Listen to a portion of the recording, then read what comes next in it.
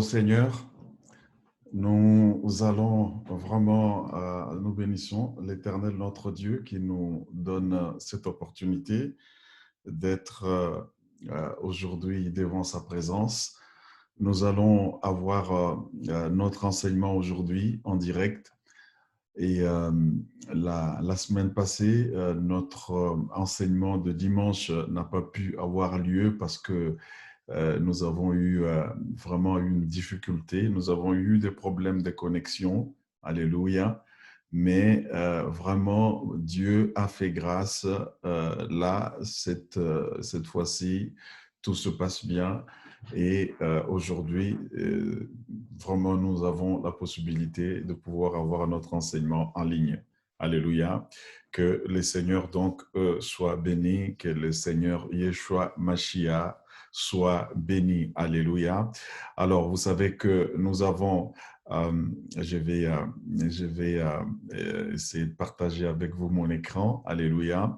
Vous savez que depuis, nous avons fini la série d'enseignements que nous avions sur la puissance de la foi. Amen. Et c'était terminé. Et là, nous commençons une nouvelle série d'enseignements, alléluia, qui a pour thème le Jésus-Christ, le chemin, la vérité et la vie. Alléluia. Et donc, aujourd'hui, nous allons commencer le premier chapitre. Donc, on le verra en 3 chapitres. Chapitre 1er, Jésus-Christ, le chemin. Chapitre 2, Jésus-Christ, la vérité. Et chapitre 3, Jésus-Christ, la vie. On le verra donc en trois chapitres. Alléluia. Donc, bien-aimés dans le Seigneur, alléluia. Et voilà, ceux qui me suivent sur Zoom voient que, évidemment, il y a les 3 chapitres qui s'affichent. C'est ce que nous allons voir. Donc, aujourd'hui, voilà, nous allons commencer notre série d'enseignements sur Yeshua Mashiach. Nous rentrons un petit peu dans les fondamentaux. Amen. Après avoir terminé la première série d'enseignements que nous avions sur les mystères du sang de Jésus, ces enseignements sont toujours importants et nous vous invitons à pouvoir toujours aller dans ces enseignements. Et chaque fois, vous verrez que nous allons toujours y renvoyer parce que c'est très important. Et nous avons terminé notre deuxième série d'enseignements sur la puissance de la foi. Et nous allons voir, vous allez voir que ici également, nous allons toujours y renvoyer. Alors, n'hésitez pas à aller sur notre chaîne YouTube pour voir tout cela. Amen. Alors, pour aller pour trouver tous nos enseignements, il vous suffit d'aller sur Google, de taper sur Google la parole sans frontières TV, alléluia.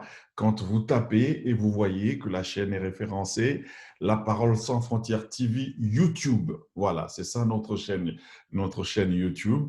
Si vous cliquez dessus et vous voyez, vous êtes dans notre chaîne YouTube, la parole sans frontières, il y a plusieurs séries d'enseignements.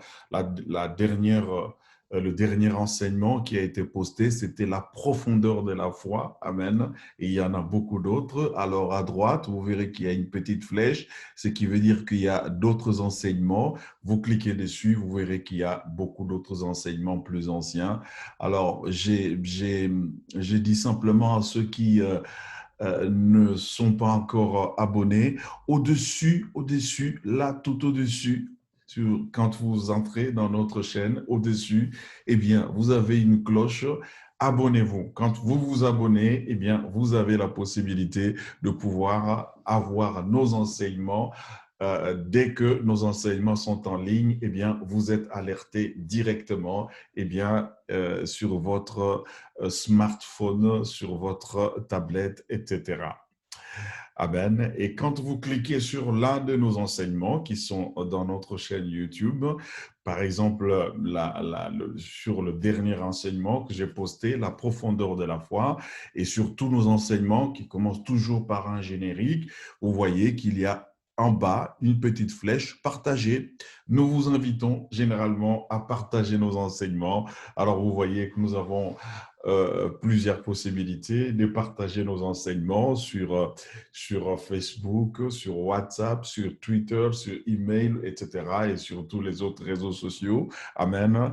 Vous avez la possibilité de pouvoir partager nos enseignements. Alors, pourquoi nous vous recommandons de partager nos enseignements? Eh bien, nous nous fondons sur la prophétie d'Ézéchiel. Dieu a dit au travers du prophète Ézéchiel, chapitre 3, versets 18 à 19, « Quand je dirai aux méchants, tu mourras si tu ne l'avertis pas, si tu ne parles pas pour détourner le méchant de sa mauvaise voie et pour lui sauver la vie, ce méchant mourra dans son iniquité et je te redemanderai son sang.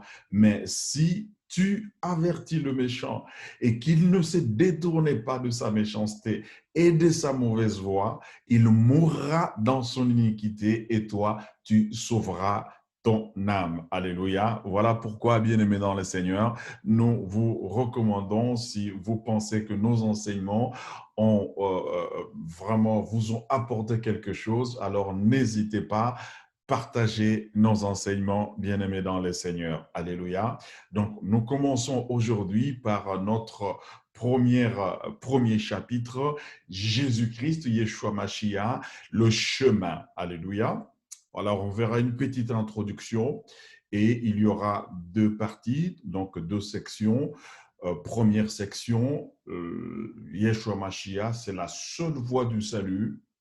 Et puis, la deuxième section, nous verrons que Yeshua Mashiach, c'est le seul médiateur entre Dieu et les hommes. Alléluia. Très bien. Alors, à titre d'introduction, je vais donner d'abord le texte. Amen. Et ce texte, nous le trouvons dans Jean, chapitre 14, versets 1 à 6. La Bible dit ceci, « Que votre cœur ne se trouble point. Croyez en Dieu et croyez en moi. Il y a plusieurs demeures dans la maison de mon Père. Si cela n'était pas, je vous l'aurais dit, je vais vous préparer une place.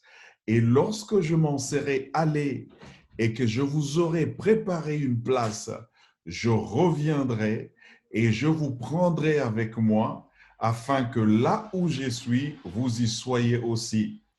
Vous savez où je vais et vous en savez le chemin. » Thomas lui dit, « Seigneur, nous savons où tu vas. Comment pouvons-nous en savoir le chemin? » Jésus lui dit, « Je suis le chemin, la vérité et la vie. Nul ne vient au Père que par moi. » Alléluia. Donc là, vous voyez un dialogue qui est très instructif entre l'apôtre Thomas et Yeshua Mashiach. Amen. Et vous savez, l'apôtre Thomas, il est connu aujourd'hui par le commun des mortels comme quelqu'un qui était incrédule, mais vous allez voir que l'apôtre Thomas avait deux traits de caractère qui sont très, très importants et qui sont instructifs et qui sont, et vous allez le voir, qui ont permis à Yeshua Mashiach de pouvoir enseigner aussi, à nous enseigner beaucoup de choses et qui sont deux traits de caractère et qui sont importants et pour nous, les enfants de Dieu, le peuple de Dieu, aujourd'hui, alléluia. Alors, Thomas, l'apôtre Thomas, avait deux traits de caractère. Le premier trait de caractère, c'était, premièrement, c'est qu'il avait un amour inconditionnel de Dieu. Et le deuxième trait de caractère de Thomas, c'est qu'il avait le sens critique.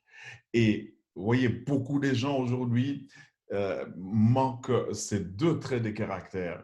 Et il est important que nous puissions avoir ces deux traits de caractère, bien-aimés dans le Seigneur, alléluia, parce qu'au temps de la fin, nous en aurons vraiment besoin, parce que l'Église sera persécutée, eh bien, nous aurons besoin de ces deux traits de caractère, l'amour inconditionnel de Dieu et le sens critique pour ne pas nous égarer. Alors là, nous sommes dans l'introduction, je vous donne juste ces deux traits de caractère de l'apôtre Thomas. Amen. D'abord le texte. Jean chapitre 11, versets 14 à 16, on nous dit ceci. Alors Jésus leur dit ouvertement, Lazare est mort, et à cause de vous, afin que vous croyiez, je me réjouis de ce que je n'étais pas là. Mais allons vers lui, sur quoi Thomas, appelé Didyme, dit aux autres disciples, allons aussi afin de mourir avec lui. L'amour inconditionnel de Dieu. Alléluia.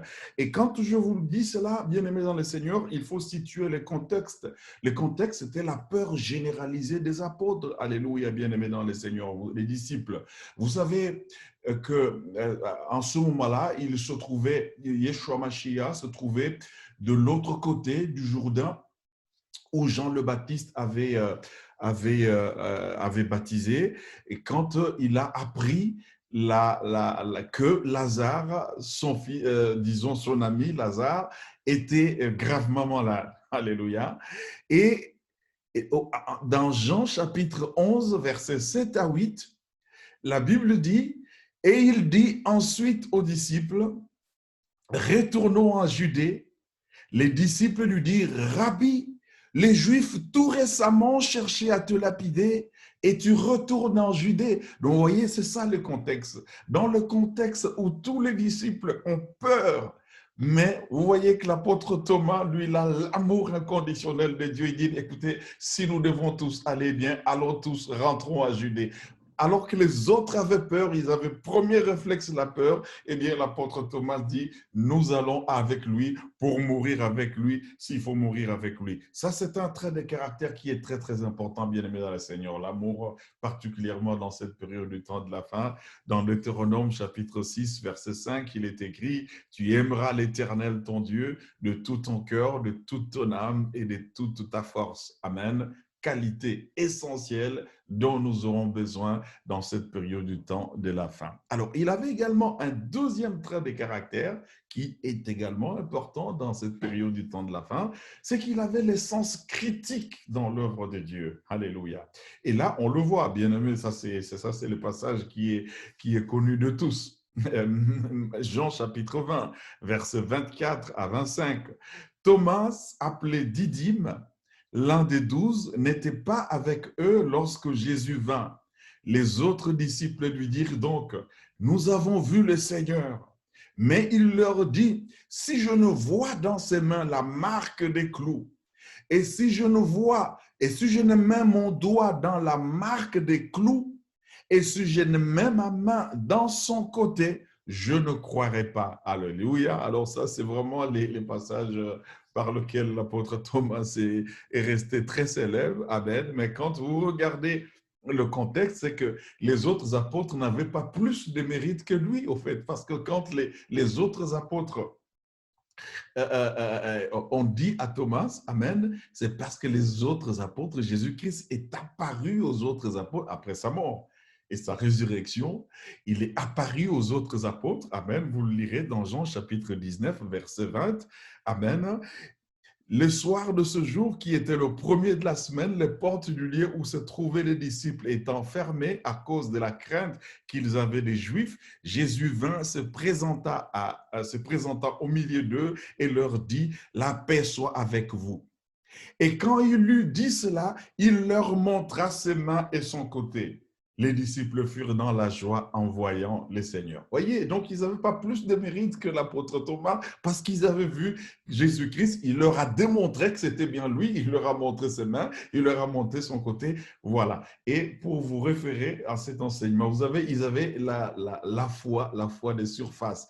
Il faut voir d'abord, Amen. Et là, je vous réfère simplement dans l'enseignement que j'ai posté, la profondeur de la foi qui est déjà en ligne sur YouTube et vous verrez cela. Amen. Alors, l'enseignement que nous pouvons tirer de cela, c'est que le disciple doit marcher dans la foi.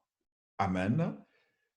La Bible dit, heureux ceux qui n'ont pas vu et qui ont cru. Ça, c'est Jésus qui le dit dans Jean chapitre 20, verset 29.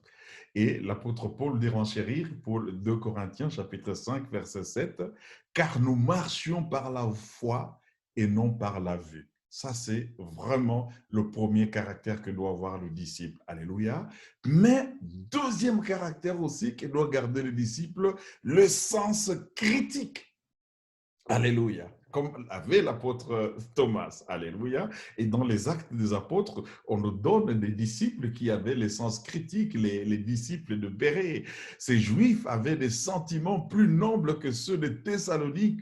Ils reçurent la parole avec beaucoup d'empressement et ils examinaient chaque jour les Écritures pour voir si ce qu'on leur disait était exact. Acte 17, 11. Eh bien, ce sens critique, aujourd'hui, nous en avons besoin, bien-aimés dans le Seigneur, parce que, vous voyez, il y a beaucoup de miracles aujourd'hui qui s'opèrent et les gens, les disciples aujourd'hui marchent avec les sentiments.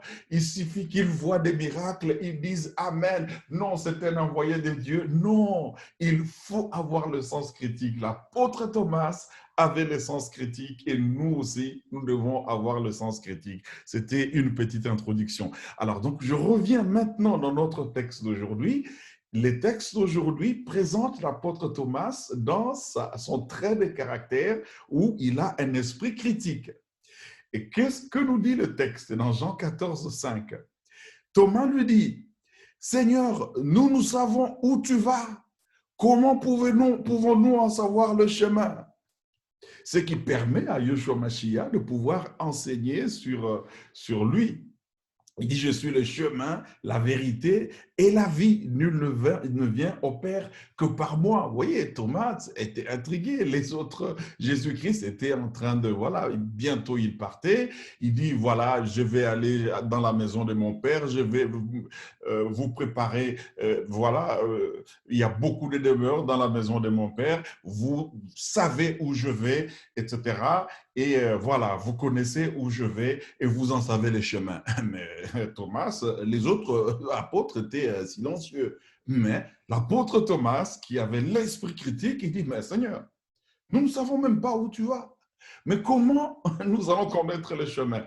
Esprit critique, ça permet à Yeshua Mashiach de pouvoir maintenant donner cet enseignement sur le mystère de la rédemption. Alors, il dit, je suis le chemin, la vérité et la vie.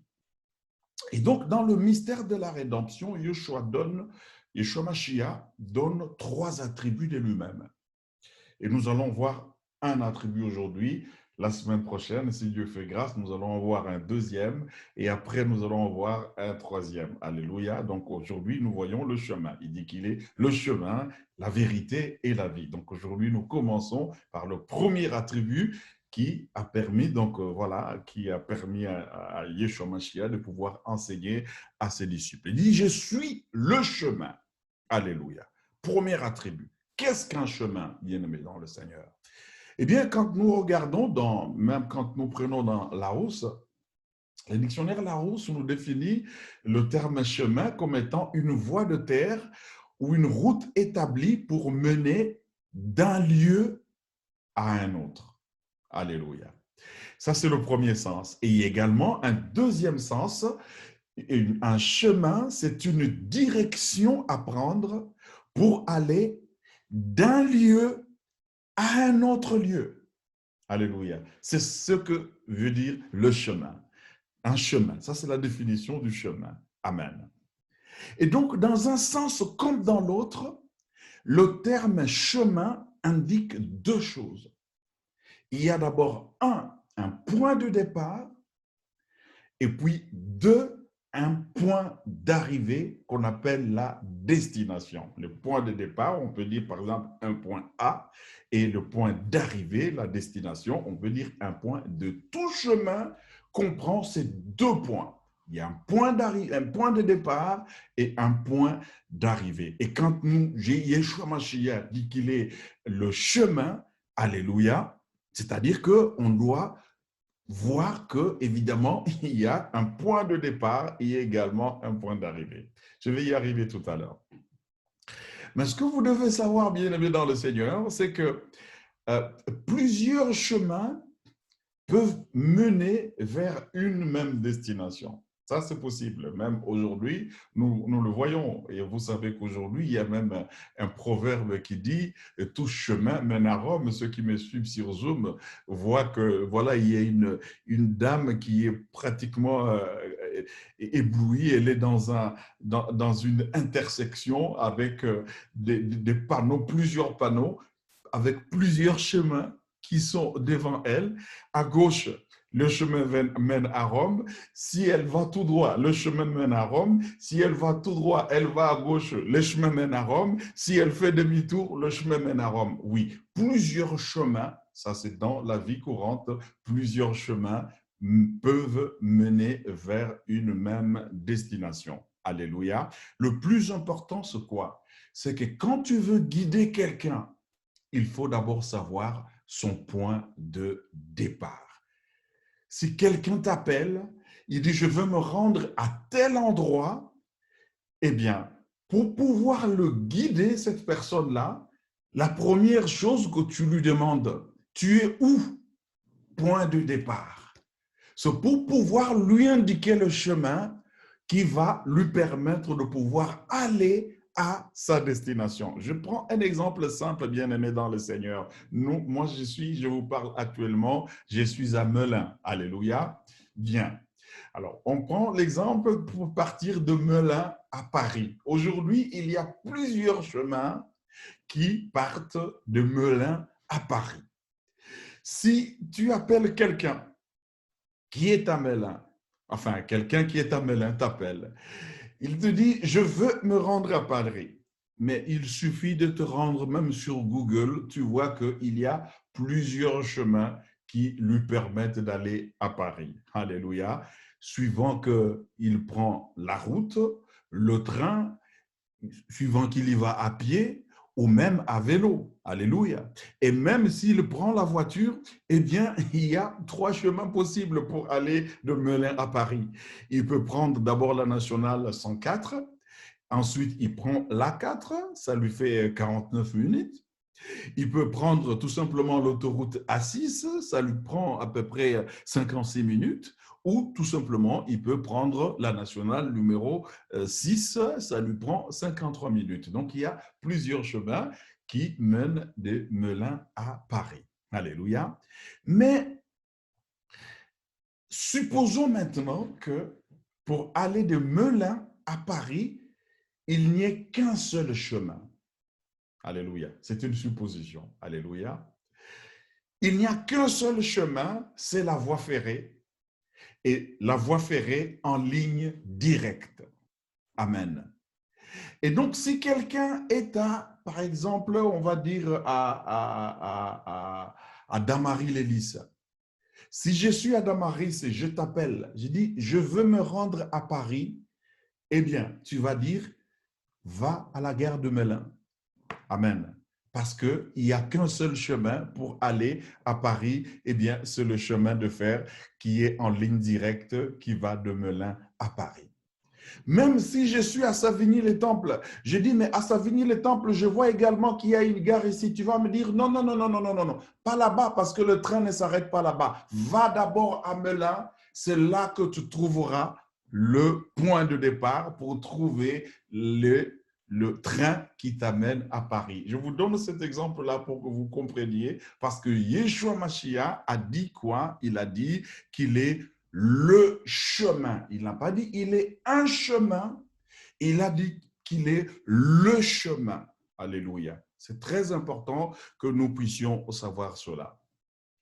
Alors, comme je vous ai dit au début, bien-aimés, le chemin contient deux éléments, un point de départ et un point de destination. Quand Yeshua Mashiach dit qu'il est le chemin, cela veut dire qu'il est le point de départ et il est également le point d'arrivée. Et il dit ceci dans Apocalypse chapitre 1, verset 8, qu'il est l'alpha et l'oméga. Comme point de départ, il est l'alpha et comme point d'arrivée, il est l'oméga. Alléluia. C'est très important, bien-aimé dans le Seigneur. Je ne veux pas rentrer dans tous les détails sur le mystère de la divinité de Jésus, mais en tout cas, là, vous allez le voir dans nos enseignements sur la parole sans frontières TV. Alléluia. Et donc, la conséquence, quand Yeshua Mashiach dit qu'il est le chemin, le seul chemin qui mène à Dieu, alléluia, c'est-à-dire que pour aller à Dieu, eh bien, il y a un seul point de départ, l'alpha, c'est-à-dire Yeshua Mashiach, le chemin, article défini. Alléluia. Très bien. Alors, mais qu'est-ce que signifie venir à Dieu? C'est ça qui est le plus important. Venir à Dieu a deux sens. Venir à Dieu signifie d'abord, un, obtenir le salut, alléluia, et puis signifie également obtenir l'exaucement de nos prières. Et dans ces deux choses, vous voyez, ceux qui ont suivi nos enseignements que nous avons déjà postés, qu'il y a les deux aspects de l'évangile. Obtenir le salut, c'est l'évangile vertical, et obtenir l'exaucement de nos prières, c'est l'évangile horizontal. C'est un autre enseignement que vous pouvez trouver sur notre chaîne YouTube. Alléluia. Donc, l'affirmation de Yeshua Mashiach, selon laquelle il est le chemin, contient simplement deux enseignements que nous allons voir aujourd'hui. Premier enseignement, il est la voie du salut. Premier enseignement. Et deuxième enseignement, il est le seul médiateur entre Dieu et les hommes. Alléluia.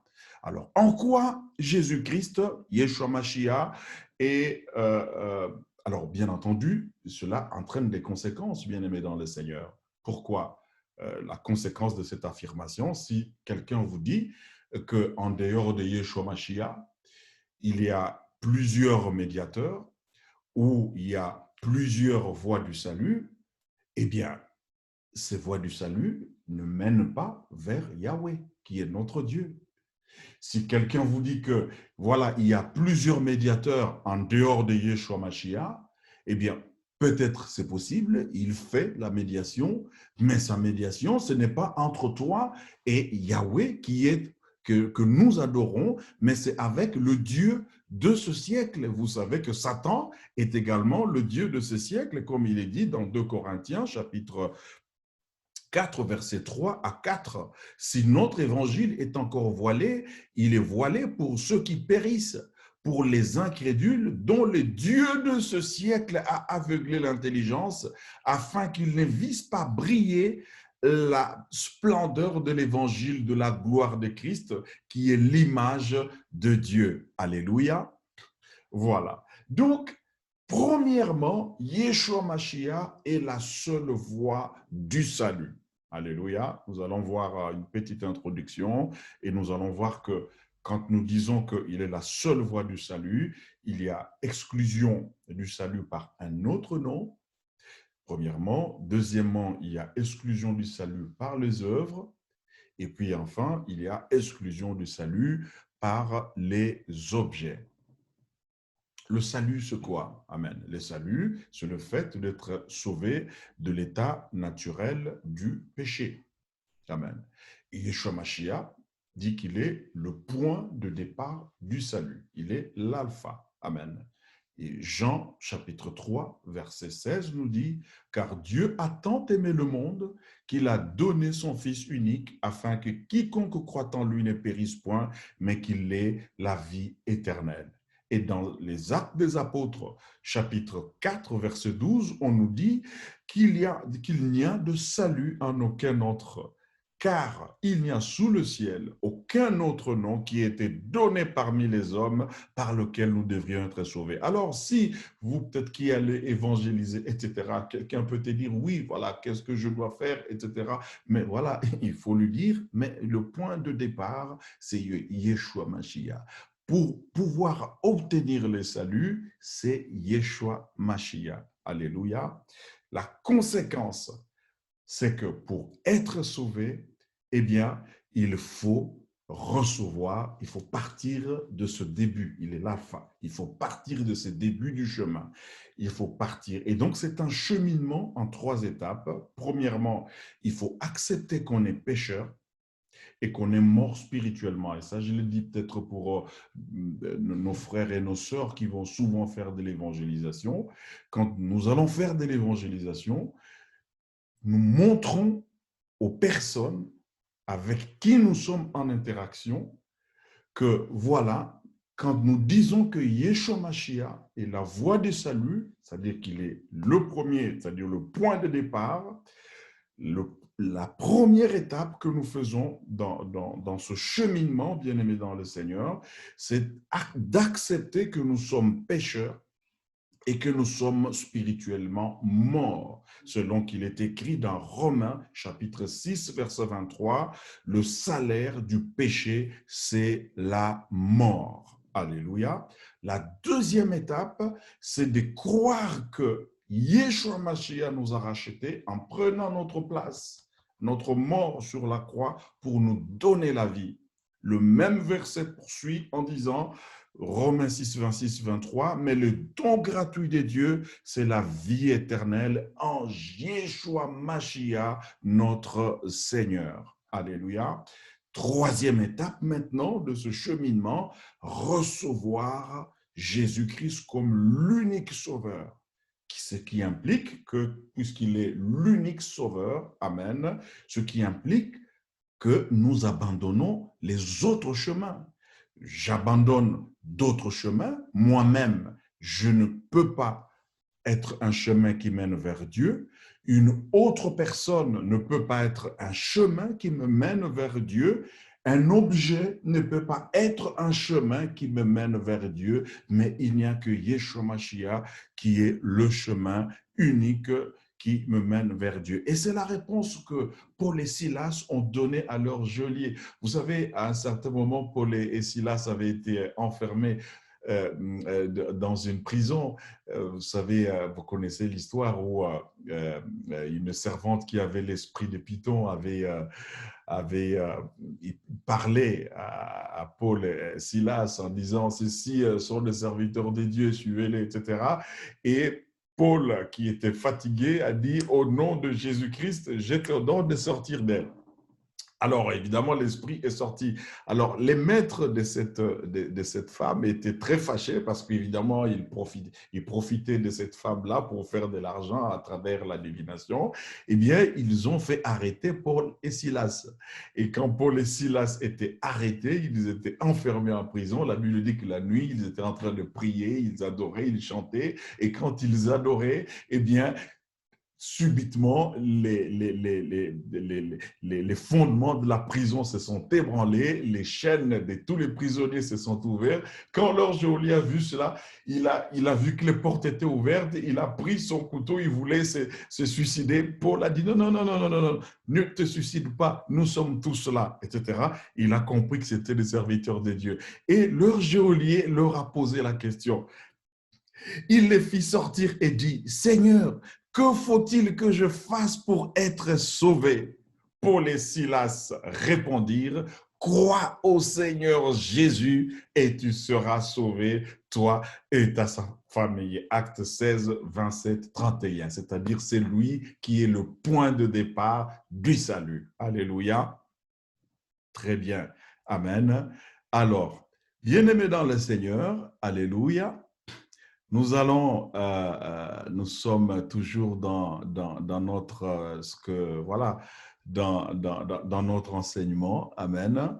Et nous allons, je vais vous donner un texte dans Hébreux chapitre 9, versets 11 à 12. Quand Yeshua Mashiach dit qu'il est le salut, qu'il est à la base du salut, c'est-à-dire que la rédemption messianique est complète et se suffit à elle-même. Dans Hébreux chapitre 9, versets 11 à 12, il est écrit ceci. Mais Christ est venu comme souverain sacrificateur des biens à venir.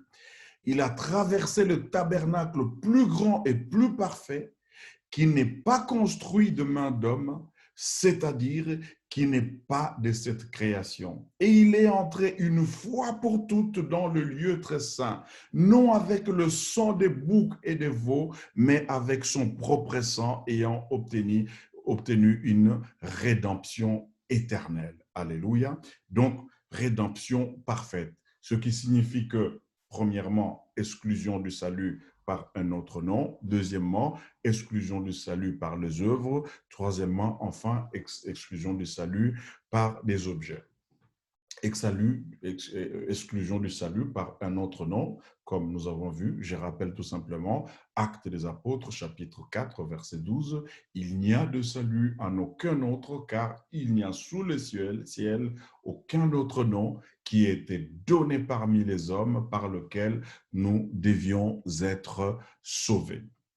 Si donc, bien-aimés dans le Seigneur, vous entendez une doctrine qui confesse que Yeshua Mashiach n'a pas expié tous les péchés et que par conséquent, pour pouvoir atteindre le salut, on doit passer soit par soi-même ou passer soit par un gourou ou par un apôtre ou par un prophète, eh bien, dites que cet enseignement, c'est un enseignement qui ne vient pas de Dieu.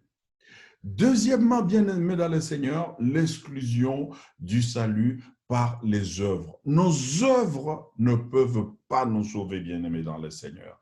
Nos œuvres ne peuvent pas nous apporter le salut.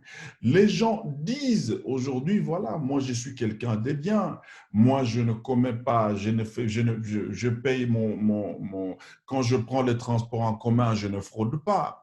Je suis fidèle à ma femme, bien plus quand j'ai des habits, que voilà, je donne aux pauvres, j'aide les gens, j'aide les pauvres, je suis quelqu'un correct, tout le monde sait que dans la société, je suis quelqu'un de bien. Ce n'est pas ça qui sauve, bien-aimé dans le Seigneur. Ça, ce sont tes œuvres à toi, mais les œuvres d'un homme, quelles qu'elles soient, même si vos œuvres sont bonnes, eh bien, nos propres œuvres ne peuvent pas nous amener le salut, parce que tout simplement, il est écrit dans Romains chapitre 3, verset 23, « Car tous ont péché et sont privés de la gloire de Dieu. » Quand on n'est pas en Yeshua Mashiach, bien-aimé dans le Seigneur, quelles que soient ses œuvres, quelle que soit la qualité de ses œuvres, eh bien, tu ne peux pas obtenir le salut. C'est pour cela qu'il faut connaître le point de départ qui est l'alpha, c'est-à-dire qui est Yeshua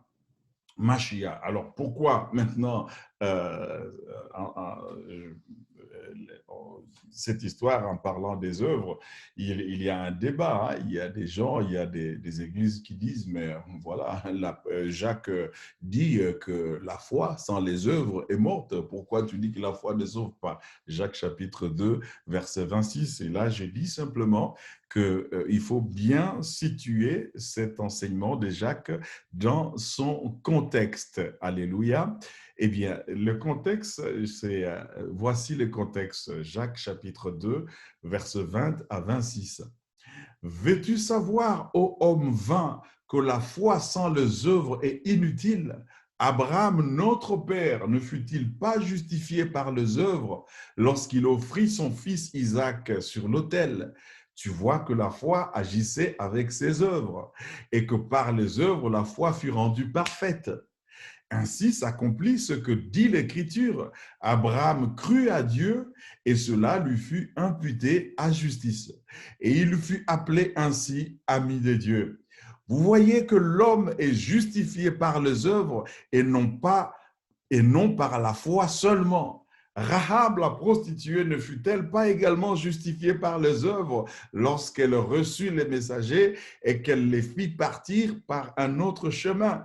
Comme le corps sans âme est mort, de même la foi sans les œuvres est morte. Bien-aimés dans le Seigneur, dans cet enseignement, Jacques voulait simplement dire deux choses. Premièrement, que la foi en Yeshua Mashiach, quand on croit en Yeshua Mashiach, on doit le démontrer par les œuvres. Souvenez-vous de l'enseignement que j'avais donné sur Et sur les côtés de la foi, il y a une foi intérieure, la foi assurance, et une foi extérieure, la foi démonstration. La foi est une assurance des choses qu'on espère, ça c'est une foi intérieure, mais une démonstration de celles qu'on ne voit pas. Et quand on démontre quelque chose, c'est-à-dire qu'on fait quelque chose, ce sont des œuvres qui doivent être vues. Là, je vous réfère simplement Hébreux 11, 1, je vous réfère simplement à notre enseignement, les côtés de la foi,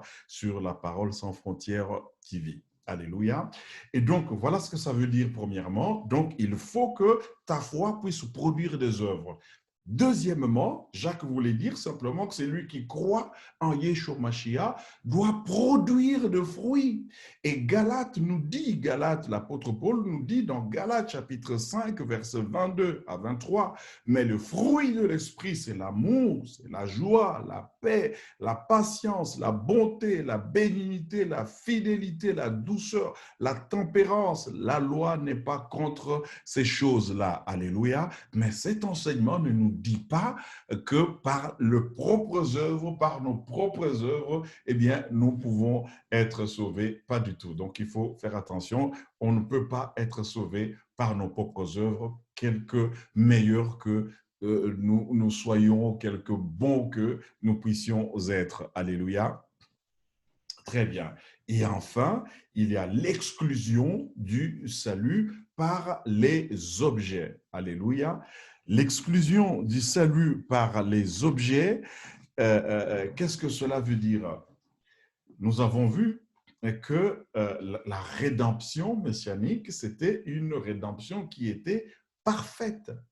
Et donc, si une doctrine vient nous confesser que nous avons besoin de certains objets pour notre salut, eh bien, cette doctrine ne vient pas de Dieu. Et donc, nous n'avons pas besoin de chapelets, nous n'avons pas besoin des bagues, nous n'avons pas besoin de l'eau, nous n'avons pas besoin d'huile pour être sauvés. J'enseignerai prochainement sur l'huile, bien-aimé dans les seigneurs. Aujourd'hui, beaucoup d'églises sont dans l'huile, mais franchement, quand il n'y a pas d'huile, il n'y a pas de culte. Et il faut qu'il y ait de l'huile, il faut qu'il y ait de l'huile. L'huile devient pratiquement l'alpha et l'oméga de tous les cultes, bien-aimés.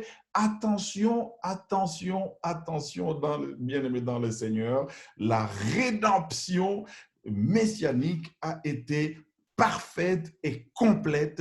Elle n'a pas besoin d'objets pour nous permettre d'être sauvés. Alléluia. Ça, c'était donc la première section. Et la dernière section que nous allons voir, Yeshua Mashiach, c'est le seul médiateur entre Dieu et les hommes. Alors, nous allons voir qu'un médiateur, dans sa fonction de médiateur, il doit être à la fois le réconciliateur, le porte-parole et le plaideur. Alléluia. Alors, le texte de base, là, c'est 1 Timothée, chapitre 2, verset 5. Car il y a un seul Dieu et un seul médiateur entre Dieu et les hommes, Jésus-Christ, homme. Alléluia. Donc, le médiateur, c'est quoi? Le médiateur, c'est quelqu'un qui vient réconcilier deux personnes qui sont en conflit. Dans le cas d'espèce, Dieu qui est un Dieu saint était en conflit avec l'homme pécheur, Adam qui avait péché. Et donc, Yeshua Mashiach qui vient comme seul médiateur, donc vient pour réconcilier les deux, Dieu saint et l'homme qui était pécheur. Alléluia. Donc, le médiateur intervient en tant qu'intermédiaire. Il intervient non seulement comme réconciliateur, mais également comme porte-parole et aussi comme plaideur. Alléluia. Alors, Yeshua Mashiach est le réconciliateur, bien-aimé dans les seigneurs. En péchant, Adam et Ève, eh bien, sont passés de la mort, de la vie à la mort. Rappelez-vous, Romains 6, 23, car le salaire du péché, c'est la mort. Et donc, du coup, la colère de Dieu s'est abattue sur eux et sur toute leur descendance, selon qu'il est écrit dans Psaume chapitre 7, verset 12, Dieu est un juste juge, Dieu s'irrite en tout temps.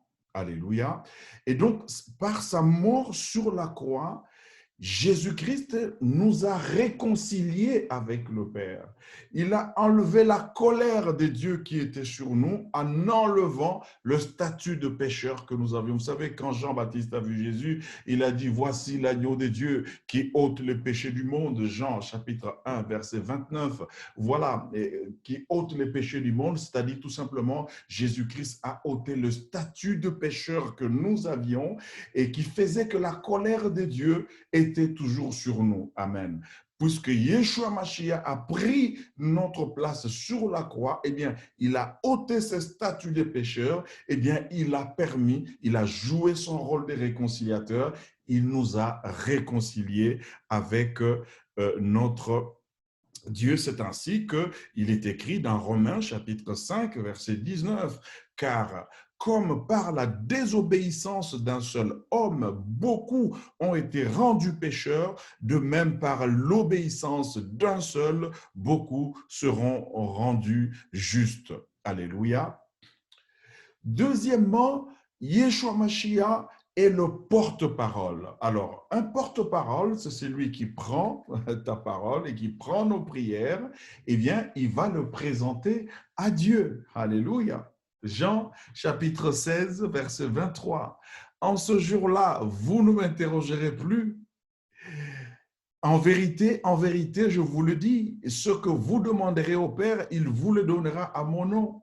Jusqu'à présent, vous n'avez rien demandé à mon nom. Demandez et vous recevrez afin que votre joie soit parfaite. Je vous ai dit ces choses en parabole. L'heure vient où je ne vous parlerai plus en parabole, mais où je vous parlerai ou ouvertement. Alléluia. Jésus-Christ est donc l'unique porte-parole, c'est-à-dire quand nous avons des prières, alléluia, nous devons passer par lui, amen, pour que notre prière soit exaucée. C'est pour cela que l'apôtre Paul, quand il écrit aux Colossiens, chapitre 3, verset 17, il dit « Et quoi que vous fassiez en parole ou en œuvre, faites tout au nom du Seigneur Jésus-Christ en rendant par lui des actions de grâce à Dieu le Père, parce que Yeshua Mashiach est le seul et l'unique porte-parole. Alléluia. Enfin, Yeshua Mashiach est le plaideur. Les plaideurs, en ce moment-là, c'est lui qui prend la défense d'une personne. Alléluia. Vous voyez, Dieu, le saint et l'homme qui est le pécheur, et Yeshua Mashiach, eh bien, il prend la défense de l'homme. Alléluia. Pour pouvoir plaider sa cause en justice, devant la justice divine, devant Dieu. Alléluia. Et il plaide notre cause en permanence, bien-aimés dans le Seigneur. Il est écrit dans 1 Jean chapitre 2, verset 1, « Mes petits enfants, je vous écris ces choses afin que vous ne péchiez point. Et si quelqu'un a péché, nous avons un avocat auprès du Père, Jésus-Christ, les justes. » Alléluia. Donc, Yeshua Mashiach continue à plaider aujourd'hui encore pour nous, bien-aimés dans le Seigneur, quand vous irez dans l'évangélisation, dites aux personnes que vous rencontrez qu'il y a quelqu'un qui avait pris notre place sur la croix et qui continue à plaider pour nous aujourd'hui. Eh bien, cet homme, il s'appelle Yeshua Mashiach. Alléluia. Il est donc l'unique plaideur. Cela entraîne comme conséquence, bien évidemment, le Seigneur, qu'il ne peut pas y avoir d'autres plaideurs. Nous savons par ailleurs qu'il y a d'autres églises, par exemple, comme vous prenez l'église catholique, qui vous disent que Marie peut plaider aussi notre cause. On vous dit que Marie, c'est la mère de Jésus. Et voilà, si je demande, si tu veux demander quelque chose à un enfant, si tu passes par sa mère, eh bien, sa mère est mieux placée pour dire à son enfant de faire quelque chose. Ça, c'est le bon sens des êtres humains. Alléluia. Mais attention, la Bible nous dit que nous avons un seul intermédiaire entre Dieu et les hommes, c'est Yeshua Mashiach. Marie n'avait pas c'est un canal que Dieu a utilisé, amen, pour pouvoir assurer notre rédemption, mais Marie n'avait pas une nature divine. Marie avait une nature humaine. Alléluia. La Bible dit dans Psaume chapitre 115, verset 17, ce ne sont pas les morts qui célèbrent l'Éternel, ce n'est aucun de ceux qui descendent dans les lieux du silence. Marie est morte. Elle est morte, alléluia, comme toi et moi. Bien entendu, elle est allée au paradis, bien-aimée dans le Seigneur, comme toi et moi, nous irons au paradis, mais elle était une personne humaine, comme toi et moi. Elle ne peut pas servir d'intermédiaire entre nous et notre Dieu. Alors, les catholiques ont inventé une doctrine qu'ils appellent la doctrine de l'Assomption, et selon laquelle Marie serait montée au ciel. C'est faux. Marie était morte comme tous les êtres vivants. Alléluia. Alors, il y en a aussi, cette Église nous parle également des saints. Amen. Dans la Bible, quand l'apôtre Paul dit prier pour les saints, c'est toi et moi, c'est-à-dire ceux qui ont cru en Yeshua Mashiach. Pourquoi? Parce que Yeshua Mashiach nous a sanctifiés, nous avons perdu cet attribut de sainteté. Ça, c'est, je vous demande de rentrer dans nos enseignements qui sont postés dans notre chaîne YouTube. Quand Adam a péché, eh bien, il a perdu un des caractères que Adam avait, c'était la sainteté.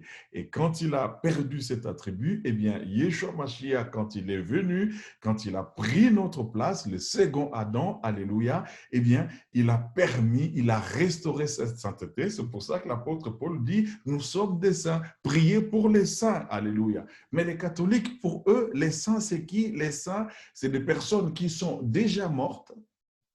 Alléluia. Et que le pape a canonisé. Le pape a dit non, voilà, telle personne a été morte et parce que telle personne avait vécu correctement, donc je déclare aujourd'hui que cette personne est sainte. Ça, ce n'est pas une doctrine qui est biblique. La Bible nous dit dans Hébreux chapitre 9, versets 27 à 28, et comme il est réservé aux hommes de mourir une seule fois, après quoi vient le jugement. Tous les êtres humains, toi et moi, etc., nous mourrons une seule fois et après quoi vient le jugement. Les morts ne peuvent rien faire pour nous. Eh bien, les morts, ce ne sont pas des saints. Donc, cette doctrine des saints, qui est la doctrine des catholiques, c'est une doctrine qui ne vient pas de Dieu.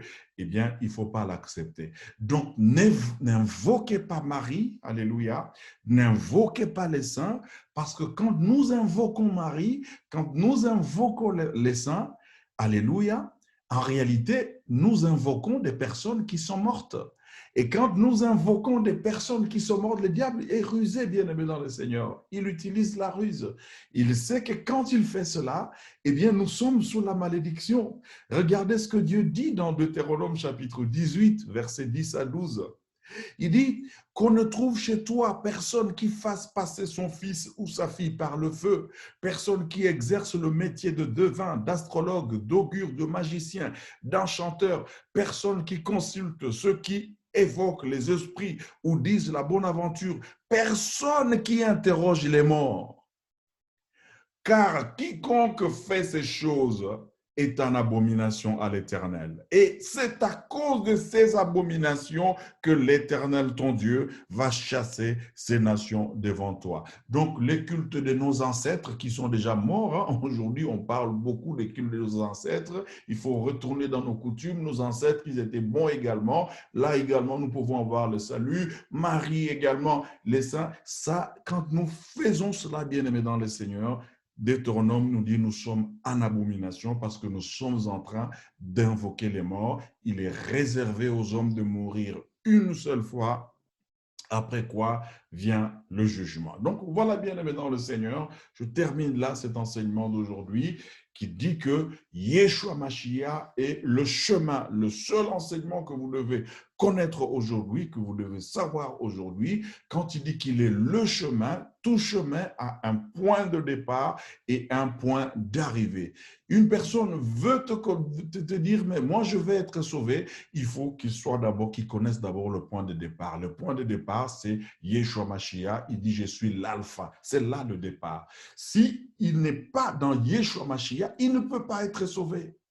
S'il est dans une autre, voilà, une autre religion, une autre spiritualité, si ce n'est pas Yeshua Mashiach, eh bien, il ne peut pas être sauvé. C'est là le point de départ. Eh bien, il est le chemin.